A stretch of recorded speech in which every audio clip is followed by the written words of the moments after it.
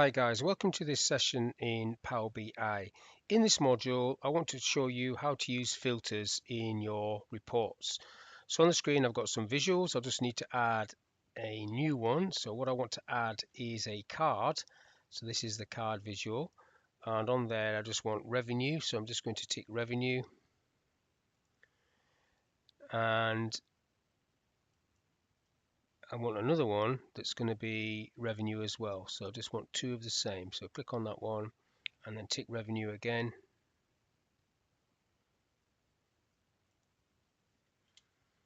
Like so. So we've got two exactly the same with exactly the same figure. You'll see why I've done that in a little while. So I'll just move that over there like that and just make it the same sort of size, like so.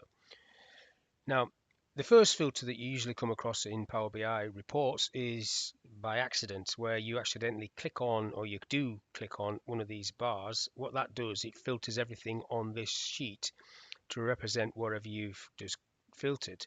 So if I click that off again, that's filtered it. If I click on that one, that's filtered everything to show Excel and then back again. Likewise, if you click on a company in this example, that's showing you all the sales for that company and what course they did and what the revenue was. If I click off that, everything comes back. You can hold your control key down, click on something and click on something else and then something else and then something else, but then you do have to click off them to bring everything back. So you always have to clear them off. So that's the first filter. The second filter I want to show you is if I click on the slicer, this is showing me just access or whatever SharePoint. If I hold my control key down, I can click on multiple items in there as well. But at the end of the day, you have to click off everything so nothing is filtered. It will catch you out a little bit when you first get into this.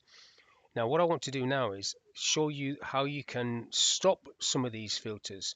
So obviously, if I click on that, it's just telling me what the outlook figure is. Both of these are the same, but what if I don't want that? What if I want it to show me what the outlook figure is, but also what the general figure is as well? So this one doesn't want a filter. What you do there is you click on the visual you want, you go up to the format tab, and you've got this little icon on the left here, edit interactions. You click on that, and when you do click on that, you're going to get these little symbols at the top of each of the visuals. So I'm going to click on that one, which now is not going to filter, and then you take this off. And then what should happen now is if I filter this, you see that one's filtered, but that stayed the same. And if I click that one off, they're both the same. If I click on a company, that's filtered, that is filtered, because it is this visual I've clicked on, not this. If I click on this visual, see that doesn't stay, that stays the same, that changes. It's only this visual that I did the edit interactions on, not that one. So everything else is the same. When you click on these, they'll just filter in place like so. So they're the same. They're the same. If I click off that, they all come back. So this visual, the filter will stay static, showing you the total. Knock that one off. Now, quite often people look at this and why is there no filter? If I click on one of these, why doesn't that tell me what the filter is? Well, because that's not what that's for. That's the first way of doing a filter. The second way of doing a filter is actually using the filter pane for a visual. So if I click on the visual, so that visual is active, here are the fields for that visual. So you've got topic. If I click on topic and you see all the topics, if I select all and then tick Outlook off, I've done a visual filter, and that's where that little funnel comes in. It says not Outlook, but all the rest would be the same. Now I want to put that back on, so I'll tick it back on. So then if I go up there now, there's nothing in there, that's off. So that's a visual level filter. Now if I click on the page, so I've got no visual selected, I've got options here for all everything on this page or everything on every page. So usually you would do something like that if you was having a report that had some date time information that you needed to set. But I'm just going to do it for the same thing here. I'm just going to pull topic into this area. So there's topic. If I just drag and drop that into there, it will give me exactly the same information as I had before.